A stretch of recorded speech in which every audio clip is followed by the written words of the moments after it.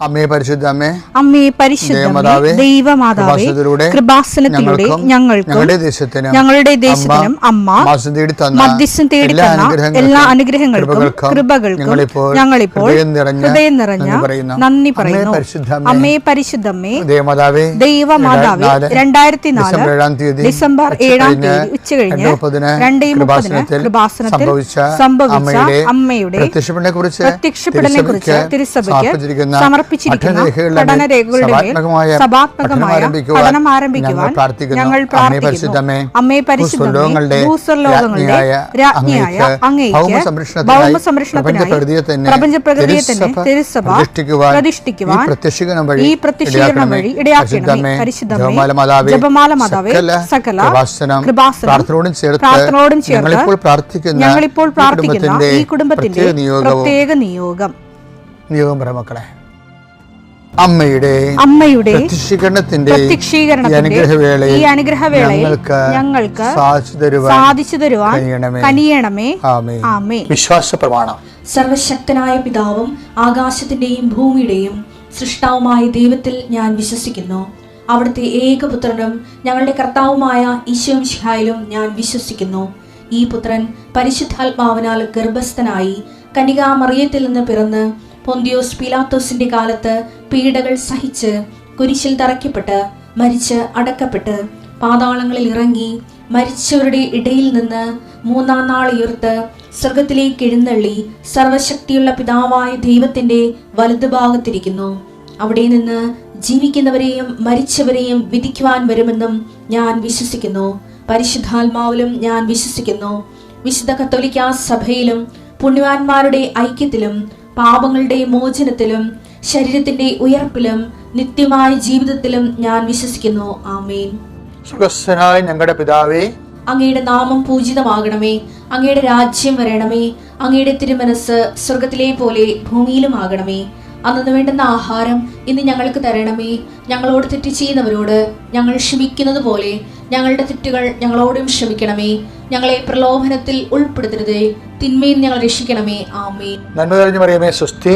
കർത്താവ് അങ്ങയുടെ കൂടെ സ്ത്രീകളിൽ അങ്ങ് അനുഗ്രഹിക്കപ്പെട്ടവളാകുന്നു. അങ്ങയുടെ ഉദരത്തിൻ ഫലമായി ഈശോ അനുഗ്രഹിക്കപ്പെട്ടവനാകുന്നു.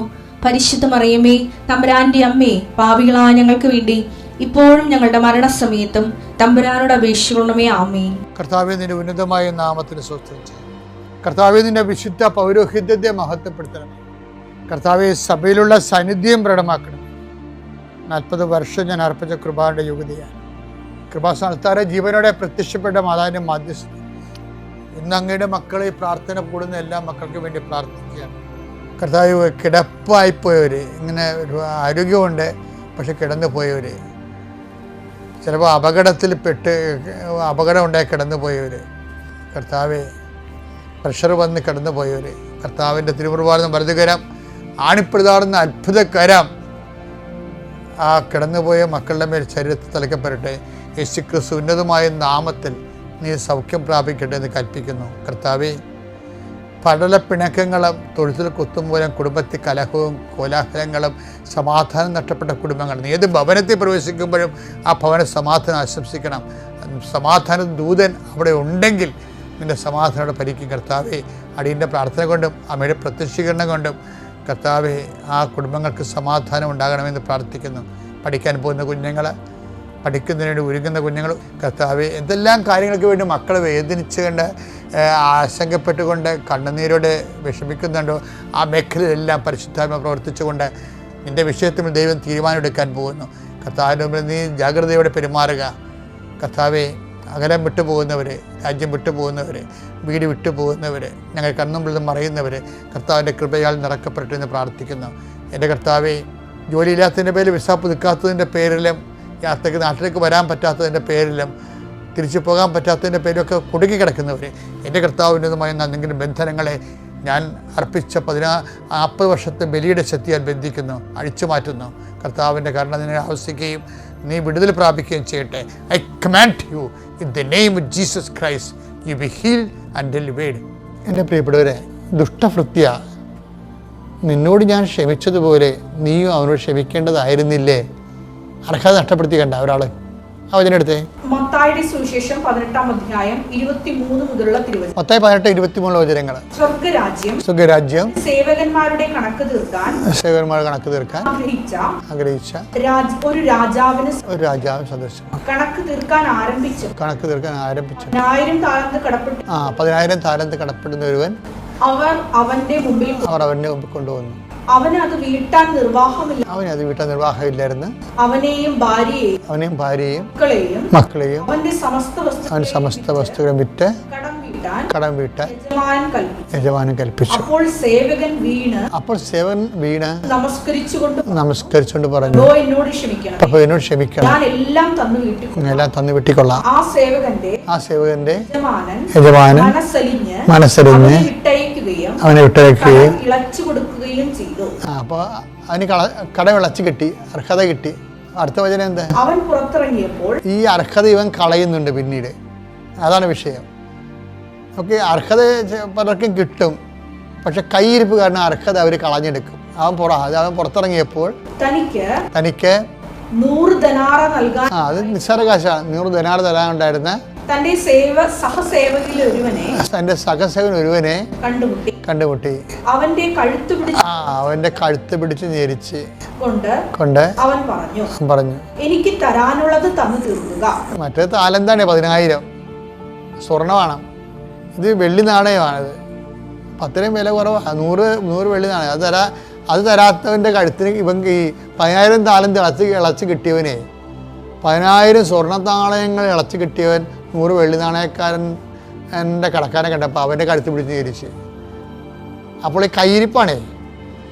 അപ്പോഴുടനെ മറ്റുള്ളവർ വന്ന് രാജാവിനോട് പറയും, നമ്മൾ അങ്ങ് സമക്ഷത്തുനിന്ന് ദയവുണ്ടായി അവൻ്റെ 10,000 താലന്ത് ഇളച്ച് കിട്ടില്ലേ? അതെ, കൊടുത്തു. അവൻ പുറത്തിറങ്ങിയപ്പോൾ അവന് 100 വെള്ളി നാണയം തരാനുണ്ടായിരുന്നു, അവൻ്റെ കഴുത്ത് ഞെരിച്ചെന്ന് പറയും. അപ്പോൾ രാജാവ് അലറും, ദുഷ്ടപ്പെടുത്തിയ കൊണ്ടുവരാൻ പറഞ്ഞവനെ കൊണ്ടുവന്ന്. എന്താ പിന്നെ അടുത്ത ഭാഗം വായിച്ചേ? മത്തായി 18:32-33. മത്തായി 18:32-33. അവനെ വിളിച്ചു പറഞ്ഞു, ദുഷ്ടനായ സേവക, നീ എന്നോട് കേണപേക്ഷിച്ചുകൊണ്ട് കടമെല്ലാം ഞാൻ ഇളച്ചു തന്നു. നിന്റെ കടമെല്ലാം ഞാൻ ഇളച്ചു. അതവിടെയാണ് വിഷയം. ഞാൻ നിന്നോട് കരുണ കാണിച്ച പോലെ നീയും നിന്റെ സഹസേവകനോട് കരുണ കാണിക്കേണ്ടതായിരുന്നില്ല. അപ്പൊ കരുണ ഒരു വിഷയമാണ്. നമ്മൾ കൈപ്പറ്റുമ്പോൾ തന്നെ മറ്റുള്ളവരോടും കരുണ കൊടുക്കണം. നമ്മളെല്ലാവരോടും കരുണ വാങ്ങിക്കും. നമ്മുടെ മേലാളന്മാർക്കെല്ലാം കരുണ കൈപ്പറ്റും. കീഴാളന്മാർക്ക് നമ്മൾ കരുണ കൊടുക്കത്തില്ല, താഴെയുള്ളവരുടെ കൂടെ. അതൊരു വല്ലാത്ത പ്രശ്നമാണ്. ഇവനെന്ത് ചെയ്യുന്ന, ഇവൻ ആദ്യം കരുണ കിട്ടി, ആ 10,000 താഴെ ഇളച്ച് കിട്ടിയവൻ അവനുള്ളത് കൂടി പോയി. അർഹത കിട്ടിയവൻ അർഹത നഷ്ടപ്പെടുത്താൻ. നിങ്ങൾക്ക് പണ്ട് ഇതിനേക്കാൾ അർഹത ഉണ്ടായിരുന്ന ആൾക്കാരാണെന്ന് ഓർക്കണം. നിങ്ങളുടെ കയ്യിരിപ്പ് കാരണം അർഹത നഷ്ടപ്പെടുത്തിയതാണ്. നിങ്ങൾക്ക് എന്തെങ്കിലും ആനുകൂല്യം കിട്ടുന്ന കാര്യം വരുമ്പോൾ നിങ്ങൾ ദൈവത്തെ മറക്കും. നമുക്കതിൽ നേട്ടവും ഒക്കെ ഉണ്ടാകുന്ന വിഷയം വരുമ്പോഴേ നമ്മൾ കുറേ വചനം മറന്നു പോകും, പിന്നെ പള്ളി മറക്കും. എനിക്ക് ഏറ്റവും ദേഷ്യം ഈ ദിവസം കുർബാന കാണുന്നവരെ. അപ്പം നിങ്ങളോർക്കും ജോസഫ് പിന്നെ അതല്ലേ പറയണത്, എല്ലാ ദിവസവും കുർബാനക്ക് പോകണമെന്ന്. എല്ലാ ദിവസവും കുർബാനക്ക് പോകണം, കുർബാന സ്വീകരിക്കുകയും വേണം.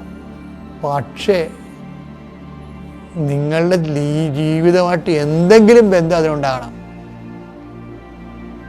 ഞാൻ ഈ നാട്ടുപുറങ്ങളൊക്കെ ചെല്ലുമ്പോൾ ഒത്തിരി കുർബാന, ഞാൻ എത്രയോ പള്ളികളിൽ ഇരുന്ന ആളാണ്.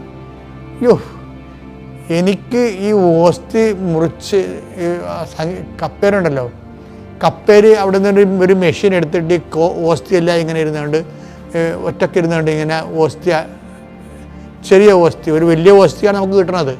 അതിൽ നിന്ന് ചെറുതും വലുതുമൊക്കെ വെട്ടിയെടുക്കണം. വലുതിനെ വെട്ടിയെടുക്കണം, പിന്നെ ചെറിയ ബാക്കിയുള്ളതാണ് നമ്മൾ ചെറിയ ഓസ്തി ഉണ്ടാക്കിയിട്ട് കപ്പേര് ഇങ്ങനെ കൂട്ടി വെക്കും. ഇത് കാണുമ്പോൾ എനിക്ക് ചിരിയും വരും, ദേഷ്യവും വരും. എന്താണ്, എത്രയോ കാപട്യം പിടിച്ച ആൾക്കാരുടെ ഉള്ളിലെ കർത്താവ് ചെന്ന് അടങ്ങേണ്ട സംഭവമാണിത്. അത് ഭയങ്കര സങ്കടകരമായി. ഇന്നത്തെ സഭയിൽ ഏറ്റവും സങ്കടകരമായ ആൾക്കാർ ഡെയിലി കമ്മ്യൂണിക്കൻ്റാണ്. ദിവസം കുർബാന സ്വീകരിക്കുന്നവർ. അവർ സൂക്ഷിച്ചില്ലെങ്കിൽ അവർ ആ പണി വരുന്നുണ്ട്. എന്താ പ്രശ്നം? നിങ്ങൾക്ക് അറിയത്തില്ല നിങ്ങൾ എന്താണ് പാനം ചെയ്യണത്, ഭക്ഷിക്കണമെന്ന്. ബൈബിൾ പറയുന്നത് ശിക്ഷാവിധി എന്നാ പറയുന്നത്. ആ വചനം എടുത്തേ. 1 കൊരിന്തോസ് 11:29. 1 Corinthians 11:29. എന്തുകൊണ്ടെന്നാൽ ശരീരത്തെ വിവേചിച്ചറിയാതെ ശരീരത്തെ വിവേചിച്ചറിയാതെ ഭക്ഷിക്കുകയും പാനം ചെയ്യുകയും ചെയ്യുന്നവൻ തന്റെ തന്നെ ശിക്ഷാവിധിയാണ് ഭക്ഷിക്കുന്നതും പാനം ചെയ്യുന്നത്. അപ്പം മനസ്സിലായില്ലേ? ശിക്ഷാവിധി ആൾക്കാരെ വായും പൊളിച്ച് വരുമ്പോൾ ഓർത്തേക്കണം, മിക്കവാറും ഇത് എൻ്റെ ശിക്ഷയ്ക്ക് അവസാനിക്കുമെന്ന്. അങ്ങനെ മനസ്സ് പറഞ്ഞാൽ പിന്നെ സ്വീകരിക്കരുത് നിങ്ങൾ. കാര്യം ദിവ്യകുർബാന എന്ന് പറയുമ്പോൾ നമുക്ക് പണ്ടൊരു വിശുദ്ധനുണ്ടായിരുന്നു, എനിക്ക് എപ്പോഴും എനിക്ക് ഇഷ്ടമുള്ള ആളയാൾ. അയാൾക്ക് 8 കിലോമീറ്റർ 8 മൈൽ നടക്കണം അങ്ങേരുടെ ഫാക്ടറി ജോലി ചെയ്യണം. അപ്പോൾ ഒരു ചോറ്റുപാത്രത്തിൽ ചപ്പാത്തിയും കൊണ്ട് പുള്ളി ഓടാതെ എത്തത്തില്ല അവിടെ വരെ. പുള്ളിക്ക് ഭയങ്കര ഇഷ്ടമാണ് കുർബാന കൂടുന്നത്. പിന്നെ കുർബാനയുടെ സമയമാകുമ്പോൾ പുള്ളി പോകുന്ന സമയത്ത് വഴി പള്ളിയുണ്ട്, പള്ളി അടച്ചു പോകും. പുള്ളിക്ക് സങ്കടമാണ് കർത്താവിനെ കാണാൻ പറ്റാത്ത. അപ്പോൾ ഉടനെ അടക്കണ പള്ളിയിൽ ഓട്ടത്തിൽ ഈ പാത്രവും കയറ്റി പിടിച്ചുകൊണ്ട് 2 മുട്ടും ദാനവാതിലെ. എന്നിട്ട് പറയും, കർത്താവ് മാട്ടിൻ വന്നു കേട്ടാ, മാട്ടിന് സമയമില്ലെന്ന് എനിക്കറിയാമില്ല, മാട്ടിൻ പോകണം. എനിക്ക് ഭയങ്കര ഇഷ്ടമാണത് കേൾക്കണത്. എന്ന് വെച്ചാൽ അങ്ങനെ പോയി ആ മനുഷ്യൻ വിശുദ്ധ മാട്ടിനായി. അപ്പം ദിവ്യകുർബാനെ ചുമ്മാ ഒരു 1/2 കിലോമീറ്റർ അകലെ നിന്ന് അടച്ചിട്ട പള്ളിയുടെ പുറത്ത് നിന്ന് നമുക്ക് വിശുദ്ധരാകാൻ പറ്റും. ആ സ്ഥലത്താണ് നീ ദിവസവും പോയി കുർബാന സ്വീകരിച്ച്. ഉടമ്പടിയിലെ മെയിൻ സംഭവം കുർബാന സ്വീകരണം തന്നെയാണ്, അതൊരു കാര്യം. പക്ഷേ എപ്പോഴും ഓർത്തേക്കണം, അത് പറഞ്ഞ് നമുക്ക് അർഹതയില്ലാത്തതാണെങ്കിൽ നമ്മൾ സ്വീകരിക്കരുത്. അതെപ്പോഴും ഓർത്തേക്കണം, അർഹത ഉണ്ടാക്കിയെടുക്കണം നമ്മൾ. എൻ്റെ പേര് അശ്വതി. ഞാൻ കോട്ടയം ജില്ലയിലെ കങ്ങഴ എന്ന് പറയുന്ന സ്ഥലത്തു നിന്നാണ് വരുന്നത്. ആദ്യമേ തന്നെ ഈശോയോടും അമ്മ മാതാവിനോടും ഞാൻ മാപ്പ് ചോദിക്കുന്നു. കാരണം ഇതിനു മുമ്പ് എനിക്ക് സാക്ഷ്യം പറയാനുള്ള അവസരം ഉണ്ടായിരുന്നു, ഞാൻ പറഞ്ഞിട്ടില്ലായിരുന്നു. എല്ലാ കാര്യങ്ങളും നടന്നിട്ട് ഏറ്റവും അവസാനം നന്ദി പറയാം എന്ന് വിചാരിച്ചാണ് ഞാൻ നിന്നത്. അതിന് ഞാൻ മാപ്പ് ചോദിക്കുന്നു. ഇപ്പം എനിക്ക് സാക്ഷ്യം പറയാനുള്ള അനുഗ്രഹം തന്നതിന് ഈശോയ്ക്കും കൃപാസന മാതാവിനും ഒരുപാട് നന്ദി പറയുന്നു. ഞാൻ 2021 ഓഗസ്റ്റ് 10-ാം തീയതിയാണ് കൃപാസനത്തിൽ വന്ന് ഉടമ്പടി എടുത്തത്. ഞാൻ ആ വർഷം തന്നെയായിരുന്നു കൃപാസനത്തെ പറ്റി അറിഞ്ഞതും. അപ്പോൾ അന്ന് മുതൽ എനിക്ക് ഭയങ്കര ആഗ്രഹമായിരുന്നു കൃപാസനത്തിൽ വരണമെന്നും ഉടമ്പടി എടുക്കണമെന്നും പ്രാർത്ഥിക്കണമെന്നും ഒക്കെ ആഗ്രഹം ഉണ്ടായിരുന്നു. പക്ഷേ ഞാൻ ഒരുപാട് ശ്രമിച്ചു. പക്ഷേ എന്നിട്ടൊന്നും എനിക്ക് കൃപാസനത്തിൽ വരുവാനോ പ്രാർത്ഥിക്കാനോ ഒന്നും സാധിച്ചില്ല. ഞാൻ ഒരുപാട് മാതാവിനോട് പ്രാർത്ഥിച്ചു. ഞാനൊരു അക്രൈസ്തവയാണ്. എൻ്റെ ജീവിതത്തിൽ ഒരിക്കൽ പോലും ഞാൻ മാതാവിനോട് പ്രാർത്ഥിക്കുകയോ ഒരു ജപമാല എന്താണെന്ന് പോലും എൻ്റെ ജീവിതത്തിൽ ഞാൻ അറിഞ്ഞിട്ടില്ല. പക്ഷേ എങ്കിലും എൻ്റെ മനസ്സിൽ മാതാവിനോട് എനിക്കൊരു സ്നേഹം ഉണ്ടായിരുന്നു. അത് പെട്ടെന്ന് സുപ്രഭാതത്തിൽ എനിക്ക് തോന്നിയാണ്, മാതാവിനോടൊരു അട്രാക്ഷൻ തോന്നി. ഞാൻ മാതാവിനോട് പ്രാർത്ഥിക്കാൻ തുടങ്ങിയതാണ്. ഒരു മൊബൈൽ ഫോൺ പോലും യൂസ് ചെയ്യുന്ന ഒരാളല്ലായിരുന്നു ഞാൻ. പക്ഷേ മാതാവിനോട് പ്രാർത്ഥിക്കാൻ തുടങ്ങിയ ആ നിമിഷം മുതൽ മാതാവ് എന്നെ നിർബന്ധിക്കാൻ തുടങ്ങി, നീ മൊബൈൽ ഫോൺ വാങ്ങിക്കണമെന്ന്. ആ സമയത്ത് തന്നെ ഞാൻ ഫോൺ വാങ്ങിച്ചു. ഫോൺ വാങ്ങിച്ച സമയത്ത് എൻ്റെ മനസ്സിൽ പിന്നെയും മാതാവ് എന്നെ നിർബന്ധിക്കുന്നുണ്ടായിരുന്നു. കേരളത്തിൽ ഒരുപാട് ധ്യാന കേന്ദ്രങ്ങളുണ്ട്, നിനക്കൊന്ന് യൂട്യൂബിൽ സെർച്ച് ചെയ്ത് നോക്കാൻ മേലെ എന്ന് മാതാവ് എന്നെ ഒത്തിരി നിർബന്ധിക്കുന്നുണ്ടായിരുന്നു. ഞാൻ ആ സമയത്ത് തന്നെ യൂട്യൂബിൽ നോക്കിയ സമയത്ത് ഞാൻ കുറേ കണ്ടിട്ടുണ്ട്. ഡിവൈൻ പോലുള്ള ഒരുപാട് ധ്യാന കേന്ദ്രങ്ങൾ ഞാൻ കണ്ടിട്ടുണ്ട്. പക്ഷേ എങ്കിലും ഞാൻ അതിൻ്റെ ഒന്നും ഒരു കാര്യങ്ങൾ ഞാൻ നോക്കിയിട്ടില്ല. പക്ഷേ ഞാൻ ആ സമയത്ത് കൃപാസനത്തിൻ്റെ ഒരു സാക്ഷ്യം ഞാൻ കണ്ടിട്ടുണ്ടായിരുന്നു. ഒരു ചേച്ചി ഒരു കുഞ്ഞിനെ കൊണ്ട് വന്ന് സാക്ഷ്യം പറയുന്നുണ്ടായിരുന്നു. ആ കുഞ്ഞിന് പാൻക്രിയാസിൽ ഒരു മുഴയുണ്ടായിരുന്നു. അപ്പോൾ ആ കുഞ്ഞിനെ ഇവിടെ കൊണ്ടുവന്ന് ആ ചേച്ചി ഉടമ്പടി എടുത്തു. എന്നിട്ട് ആ കുഞ്ഞിനെ കൊണ്ട് ആ ചേച്ചി മാതാവിനോട് പറയിപ്പിച്ചു, ഇനി അമ്മയെ ഞാൻ സാക്ഷ്യം പറയാനേ ഇവിടെ വരത്തുള്ളൂ കേട്ടോ എന്ന് ആ കുഞ്ഞിനെ കൊണ്ട് തന്നെ ആ ചേച്ചി മാതാവിനോട് പറയിപ്പിച്ചിട്ടുണ്ടായിരുന്നു. അപ്പോൾ ആ സമയത്ത് ആ കുഞ്ഞിന് അമ്മ മാതാവ് രോഗസൗഖ്യം കൊടുത്ത ഒരു സാക്ഷ്യം ഞാൻ കണ്ടിട്ടുണ്ടായിരുന്നു. അത് കണ്ടിട്ട് എനിക്കങ്ങനെ പ്രത്യേകിച്ചൊന്നും തോന്നിയില്ല. പക്ഷേ എങ്കിലും ഞാൻ വീണ്ടും ഞാൻ എപ്പോഴൊക്കെ ഫോണെന്ന് എടുത്ത് യൂട്യൂബ് നോക്കിയാലും ആ സമയത്തെല്ലാം ഞാൻ കൃപാസനത്തിൻ്റെ സാക്ഷ്യം ഞാൻ കാണുന്നുണ്ടായിരുന്നു. ആ സമയത്ത് എനിക്ക് മനസ്സിലായി അമ്മ മാതാവിനെ കൃപാസനത്തോട് വിളിക്കുന്നുണ്ടെന്ന് എനിക്ക് മനസ്സിലായി. ആ സമയത്ത് ഞാൻ എൻ്റെ അമ്മയോട് പറഞ്ഞു, നമുക്ക് അമ്മയെ കൃപാസനത്തിൽ പോകാം എന്ന് ഞാൻ എൻ്റെ അമ്മയോട് പറഞ്ഞു. അങ്ങനെ ഞങ്ങൾ ഇവിടെ വന്ന് ഞാൻ ഉടമ്പടി എടുത്തതിൽ അമ്മ മാതാവ് എനിക്ക് ഒരുപാട് അനുഗ്രഹങ്ങളൊക്കെ തന്നിട്ടുണ്ട്. അതിനാദ്യം എനിക്ക് കിട്ടിയ ഒരു അനുഗ്രഹം എന്ന് പറയുന്നത്, എൻ്റെ പുറത്ത് എനിക്കൊരു മുഴയുണ്ടായിരുന്നു. ആദ്യം എനിക്ക് പനിയായിട്ടായിരുന്നു വന്നത്. പനിക്ക് ഞാൻ മരുന്ന് മേടിച്ച് കഴിച്ചു. ആ പനി കുറഞ്ഞു. പക്ഷേ എൻ്റെ പുറത്ത് ആ മുഴയുണ്ടായിരുന്നു. പക്ഷേ എനിക്കറിയത്തില്ലായിരുന്നു എൻ്റെ പുറത്ത് മുഴയുണ്ടെന്ന്. ഞാനൊരു തവണ ഒന്ന് കുനിഞ്ഞപ്പോഴാണ് എനിക്കൊരു ബുദ്ധിമുട്ട് തോന്നി, എൻ്റെ പുറത്ത് വലിയൊരു ഭാരം തോന്നി. ആ സമയത്ത് ഞാനിങ്ങനെ തപ്പി നോക്കിയപ്പോഴാണ് എനിക്ക് മനസ്സിലായത് എൻ്റെ പുറത്ത് മുഴയുണ്ടെന്ന്. ആ സമയത്ത് ഞാൻ ഉടമ്പടി എടുത്ത സമയമായിരുന്നു. ഞാനപ്പോൾ മാതാവിനോട് പ്രാർത്ഥിച്ചു, മാതാവേ എന്തെല്ലാം വന്നാലും ഞാൻ ഹോസ്പിറ്റലിൽ പോകത്തില്ല, മാതാവ് എന്നെ സുഖപ്പെടുത്തി തന്നാൽ മതി എന്ന് ഞാൻ അമ്മയോട് ഒത്തിരി പ്രാർത്ഥിച്ചു. ഇവിടുന്ന് കൊണ്ടുവന്ന നേർച്ച വസ്തുക്കളായ ഉടമ്പടി തൈലം, ഉപ്പ്, ഇത് രണ്ടും ഞാൻ മിക്സ് ചെയ്ത് ഞാൻ എൻ്റെ പുറത്ത് തേക്കുന്നുണ്ടായിരുന്നു. അതുപോലെ തന്നെ ഇവിടെ ഒരു സാക്ഷ്യം ഞാൻ കേട്ടിട്ടുണ്ടായിരുന്നു, ഡേറ്റ് വെച്ച് പ്രാർത്ഥിക്കണമെന്ന്. ഞാൻ സെപ്റ്റംബർ 8 എന്നുള്ള ഡേറ്റ് വെച്ച് ഞാൻ പ്രാർത്ഥിക്കാൻ തുടങ്ങി. ഡേറ്റ് വെച്ചപ്പം എനിക്ക് ആദ്യം വലിയ വിശ്വാസമൊന്നും ഇല്ലായിരുന്നു. ഞാൻ ഡേറ്റ് വെക്കുന്നത് തന്നെ സെപ്റ്റംബർ 4 അപ്പോഴും എൻ്റെ മനസ്സിൽ എല്ലാവരെയും പോലെ ഞാനും ചിന്തിച്ചു, ദൈവമേ സെപ്റ്റംബർ 4 ഞാൻ ഡേറ്റ് വെച്ചത്, ഇനി പോട്ടിന് 4 ദിവസമേ ഉള്ളൂ. അപ്പോൾ ഈ 4 ദിവസം കൊണ്ട് അമ്മ മാതാവ് എന്നെ സുഖപ്പെടുത്തുമോ എന്ന് എനിക്ക് ആദ്യം ഒരു സംശയം ഉണ്ടായിരുന്നു. പക്ഷേ എങ്കിലും ഞാൻ അവിശ്വാസിയായിരുന്നെങ്കിലും ദൈവം അവിടെ വിശ്വസ്തനായിരുന്നു. ഞാൻ ഒരുപാട് പ്രാർത്ഥിച്ചു. എനിക്കൊന്ന് കിടന്നുറങ്ങാൻ പോലും പറ്റാത്തൊരു സാഹചര്യമായിരുന്നു. കസേരയിൽ ഇരിക്കാനും ഒക്കെ എനിക്ക് വളരെ ബുദ്ധിമുട്ടായിരുന്നു. പക്ഷേ എങ്കിലും ഞാൻ ഡേറ്റ് വെച്ച് പ്രാർത്ഥിച്ചു. അങ്ങനെ ഞാൻ ജോസഫ് അച്ഛൻ്റെ ഒരു ധ്യാനം കണ്ടു, പഴയ ഒരു ധ്യാനം 2017. അങ്ങനെ അതിന് ഞാൻ പ്രാർത്ഥിച്ചുകൊണ്ടിരുന്ന സമയത്ത് ജോസഫ് അച്ഛൻ രോഗസൗഖ്യ പ്രാർത്ഥനയുടെ ഏറ്റവും അവസാനം ജോസഫ് അച്ഛൻ പറയുന്നുണ്ടായിരുന്നു, പുറത്ത് കഴുത്തിന് ഇടത് സൈഡിൽ മുഴയുള്ള ഒരാളെ കർത്താവ് സുഖപ്പെടുത്തുന്നുണ്ടെന്ന് ജോസഫ് അച്ഛൻ പറയുന്നുണ്ടായിരുന്നു. അപ്പോൾ ഞാൻ ആ സമയത്ത് ഈശോയോട് പ്രാർത്ഥിച്ചു, ഈശോയെ കഴിഞ്ഞു പോയ ധ്യാനമാണെങ്കിലും നീ എന്നെ സുഖപ്പെടുത്തണമേ എന്ന് ഞാൻ ആ നിമിഷം പ്രാർത്ഥിച്ചിരുന്നു. അങ്ങനെ ഞാൻ വൈകിട്ട് ഞാൻ കിടന്നുറങ്ങി. പിറ്റേ ദിവസം രാവിലെ ഞാൻ ആ പറഞ്ഞ പോലെ സെപ്റ്റംബർ 8 ആയിരുന്നു. അങ്ങനെ ഞാൻ പിറ്റേ ദിവസം രാവിലെ ഞാൻ എഴുന്നേറ്റ് എൻ്റെ പുറത്ത് നോക്കിയപ്പോൾ അത് എൻ്റെ പുറത്ത് നെല്ലിക്കയുടെ വലുപ്പത്തിലായിരുന്നു. ജോസഫ് അച്ഛൻ അത് വ്യക്തമായിട്ട് പറഞ്ഞിട്ടുണ്ടായിരുന്നു, നെല്ലിക്കയുടെ വലുപ്പത്തിലാണ് മുഴയുള്ളതെന്ന്.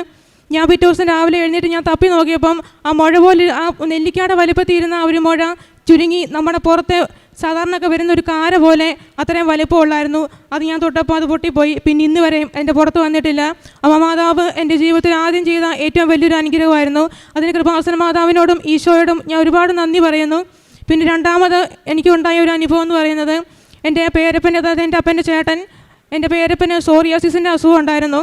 4 മാസം കൂടുതലായിട്ട് പേരപ്പൻ മരുന്ന് കഴിക്കുന്നുണ്ടായിരുന്നു. ഒരുപാട് ആശുപത്രിയിൽ പേരപ്പനെ കൊണ്ടുപോയിട്ടും പേരപ്പന് ഒരു കുറവും ഉണ്ടായിട്ടില്ലായിരുന്നു. അപ്പോൾ ഞാൻ ഈ സമയത്ത് ഇവിടെ ഉടമ്പടി എടുത്ത സമയമായതുകൊണ്ട് എൻ്റെ കയ്യിൽ ഉടമ്പടി ഉപ്പും തൈലവും ഉണ്ടായിരുന്നു. ഞാനത് പേരപ്പന് കൊടുത്തിട്ട് ഞാൻ പ്രാർത്ഥിച്ചു. ഞാൻ മാതാവിനോട് ആ സമയം ഞാൻ പറഞ്ഞിരുന്നു, മാതാവ് ഇതൊന്നും കൊടുക്കുന്നത് ഞാനല്ല, ഇതെല്ലാം നീയാണ് തന്നെ കൊടുക്കുന്നത് എന്നൊക്കെ ഞാൻ മാതാവിനോട് പറഞ്ഞ് പ്രാർത്ഥിക്കുന്നുണ്ടായിരുന്നു. അപ്പോൾ ആ സമയത്ത് തന്നെ ഞാൻ ജോസഫ് അച്ഛൻ്റെ എല്ലാ ചൊവ്വാഴ്ചത്തെ ധ്യാനം ഇന്ന് വരെ ഞാൻ ഒരു ധ്യാനം പോലും മുടക്കിയിട്ടില്ല. എല്ലാ ധ്യാനവും ഞാൻ കൂടുമായിരുന്നു. അപ്പോൾ ആ സമയത്ത് പ്രാർത്ഥിക്കുന്ന സമയത്തൊക്കെ ജോസഫ് അച്ഛൻ രോഗസൗഖ്യ പ്രാർത്ഥനയുടെ സമയത്ത് ജോസഫ് അച്ഛൻ പറയുന്നുണ്ടായിരുന്നു, നിങ്ങൾക്ക് അസുഖമുള്ള ആൾക്കാർ നിങ്ങളുടെ കൂടെ ഇല്ലെങ്കിലും നിങ്ങൾ അവരെ ഓർത്ത് നിങ്ങളുടെ ദേഹത്ത് കൈവച്ച് പ്രാർത്ഥിക്കണമെന്നൊക്കെ ജോസഫ് അച്ഛൻ പറയുന്നുണ്ടായിരുന്നു. ഞാൻ ആ സമയത്ത് തന്നെ എൻ്റെ പേരപ്പനെ ഓർത്ത് ഞാൻ ദേഹത്ത് കൈവച്ച് പ്രാർത്ഥിക്കുന്നുണ്ടായിരുന്നു. അങ്ങനെ ഒരു ദിവസം ഞാൻ വൈകിട്ട് കിടന്നുറങ്ങിയ ഒരു സമയത്ത്, അതായത് ഒരു ഞായറാഴ്ച, ഞാൻ സ്വപ്നം കണ്ടു. അമ്മ മാതാവിൻ്റെ ഒരു രൂപം ഒരു വെള്ള ബോർഡിൽ വരച്ചു വെച്ചിരിക്കുന്നു. അപ്പോൾ ഒരാളെന്നെ വിളിച്ചുകൊണ്ട് വന്ന് കാണിച്ചു. പിന്നെ ഞാൻ കേൾക്കുന്ന ഒരു ഫോൺ കോളായിരുന്നു. ആ ഫോൺ കോളിൽ എൻ്റെ പേരപ്പൻ്റെ ഭാര്യ, അതായത് എൻ്റെ പേരമ്മയായിരുന്നു എന്നോട് സംസാരിച്ചത്. എന്നോട് പറഞ്ഞു, മോളെ പേരപ്പൻ്റെ അസുഖമൊക്കെ പൂർണ്ണമായിട്ട് മാറിയിട്ടുണ്ടെന്ന് പറഞ്ഞു. അതേപോലെ തന്നെ എന്നെ സ്വപ്നത്തിൽ കണ്ടതുപോലെ തന്നെ പിറ്റേ ഞായറാഴ്ച എൻ്റെ പേരമ്മ എന്നെ ഫോണിൽ വിളിച്ച് എന്നോട് പറഞ്ഞു, പേരപ്പൻ്റെ അസുഖം എല്ലാം മാറിയെന്ന്. അതായിരുന്നു കൃപാസന മാതാവ് രണ്ടാമതെന്ന എനിക്ക് തന്ന ഏറ്റവും വലിയൊരു അനുഗ്രഹം. അതിന് ഞാൻ അമ്മയ്ക്ക് ഒത്തിരി നന്ദി പറയുന്നു. മൂന്നാമത്തെ ഒരു അനുഗ്രഹം എന്ന് പറയുന്നത്, എൻ്റെ ചേച്ചിയുടെ യൂട്രസിൽ മുഴയുണ്ടായിരുന്നു. 1ൽ കൂടുതൽ മുഴ അവൾക്കുണ്ടായിരുന്നു. അപ്പോൾ ആ സമയത്ത് അവൾ എൻ്റെ കൂടെ ഇല്ലാത്തത് കൊണ്ട് അവരെന്നെ പെട്ടെന്ന് വിളിച്ച് പറഞ്ഞു, മുഴയുണ്ട്, നീ അത് ടെസ്റ്റ് ചെയ്യാൻ വേണ്ടി അയച്ചിട്ടുണ്ട്, നീ പ്രാർത്ഥിക്കണം എന്നോട് പറഞ്ഞിട്ടുണ്ടായിരുന്നു. ഞാൻ ആ സമയത്ത് തന്നെ ഞാൻ മാതാവിനോട് പ്രാർത്ഥിച്ചു. അപ്പോൾ അവൾ എൻ്റെ കൂടെ ഇല്ലാത്തത് കൊണ്ട് അവളുടെ ഒരു ഫുൾ സൈസ് ഫോട്ടോ എൻ്റെ കയ്യിലുണ്ടായിരുന്നു. ഞാനതിൽ ഉടമ്പടി തൈലം വിശ്വാസ പ്രമാണം ചൊല്ലി അവളുടെ ഫോട്ടോയിൽ കാണുന്ന അടിവയറ്റിൽ ഞാൻ കുരിശിട്ട് പ്രാർത്ഥിക്കുന്നുണ്ടായിരുന്നു. അതുപോലെ തന്നെ അവൾക്ക് റിസൾട്ട് വന്നപ്പോൾ 15 ദിവസം കഴിഞ്ഞപ്പോൾ അവളുടെ റിസൾട്ട് വന്നു. അവർക്ക് വേറെ യാതൊരു കുഴപ്പവുമില്ലായിരുന്നു. അമ്മ മാതാവ് അവൾക്കൊരു കുഴപ്പമില്ലാതെ അവളെ സുഖപ്പെടുത്തി. അതിൽ കൃപാസന മാതാവിന് ഒത്തിരി ഞാൻ നന്ദി പറയുന്നു. പിന്നെ 4ാമത് കിട്ടിയ എൻ്റെ ഒരു അനുഗ്രഹം എന്ന് പറയുന്നത്, എൻ്റെ വീടിൻ്റെ അടുത്തൊരു അപ്പച്ചനുണ്ട്. അപ്പച്ചന് 90 വയസ്സ് പ്രായമുള്ള ഒരു അപ്പച്ചനാണ്. അപ്പച്ചന് യൂറിൻ പോകത്തില്ലായിരുന്നു. കുറച്ച് നാളുകളായിട്ട് അപ്പച്ചൻ ഹോസ്പിറ്റലിലായിരുന്നു. അപ്പച്ചന് ട്യൂബ് ഇട്ടാൽ മാത്രമേ യൂറിൻ പോകത്തുള്ളായിരുന്നു. അപ്പം അപ്പച്ചന് ഒത്തിരി ബുദ്ധിമുട്ടുന്നുണ്ടായിരുന്നു. ഞാൻ രണ്ടാമത് എൻ്റെ ഉടമ്പടി പുതുക്കാൻ വന്ന സമയത്ത് അപ്പച്ചന് വേണ്ടിയിട്ട് എൻ്റെ നിയോഗത്തിൽ ഞാൻ അപ്പച്ചൻ്റെ കാര്യം വെച്ച് പ്രാർത്ഥിക്കുന്നുണ്ടായിരുന്നു. അങ്ങനെ ഞാൻ എപ്പോഴും പ്രാർത്ഥിക്കുന്നുണ്ടായിരുന്നു. ജപമാല ചൊല്ലി പ്രാർത്ഥിക്കുമായിരുന്നു. പ്രത്യക്ഷീകരണ പ്രാർത്ഥനയുടെ സമയത്ത് അപ്പച്ചന് വേണ്ടിയിട്ട് നിയോഗം വെച്ച് ഞാൻ പ്രാർത്ഥിക്കുന്നുണ്ടായിരുന്നു. കൃപാസന മാതാവ് അപ്പച്ചന് സൗഖ്യം കൊടുത്തു. അപ്പച്ചനിപ്പം ഒരു കുഴപ്പമില്ല. 1 വർഷമായി അപ്പച്ചന് യാതൊരു കുഴപ്പവുമില്ല. അതുപോലെ തന്നെ ഞാനിവിടെ എഴുതി കൊടുക്കാത്തൊരു കാര്യമാണ്, എൻ്റെ ചേച്ചിക്ക് മൂത്ത ഒരു ആൺകുഞ്ഞാണ് ഉള്ളത്. രണ്ടാമത് അവൾക്കൊരു പെൺകുഞ്ഞിനെ കൊടുക്കണമെന്ന് എൻ്റെ മനസ്സിൽ ആഗ്രഹം ഉണ്ടായിരുന്നു. പക്ഷേ ഞാൻ അമ്മയോട് പറഞ്ഞില്ലെങ്കിൽ പോലും അമ്മ മാതാവ് അതറിഞ്ഞ് അവൾക്കൊരു പെൺകുഞ്ഞിനെ കൊടുത്ത് അവളെ അനുഗ്രഹിച്ചു. എനിക്ക് പ്രാർത്ഥിക്കാനുള്ള ഒരുപാട് അനുഗ്രഹങ്ങൾ അമ്മ തന്നിട്ടുണ്ട്. ഞാൻ ജപമാല ചൊല്ലി പ്രാർത്ഥിക്കാറുണ്ട്. ഞാനൊരു ക്രൈസ്തവ കുടുംബത്തിൽ നിന്ന് വന്നതാണെങ്കിലും അമ്മ മാതാവ് എന്നെ എല്ലാം പഠിപ്പിച്ചു തന്നിട്ടുണ്ട്. ഇത്രയും അനുഗ്രഹങ്ങൾ എനിക്കും എൻ്റെ കുടുംബത്തിനും നൽകിയ ഈശോയ്ക്കും കൃപാസന മാതാവിനും കോടാനുകോടി നന്ദി പറയുന്നു.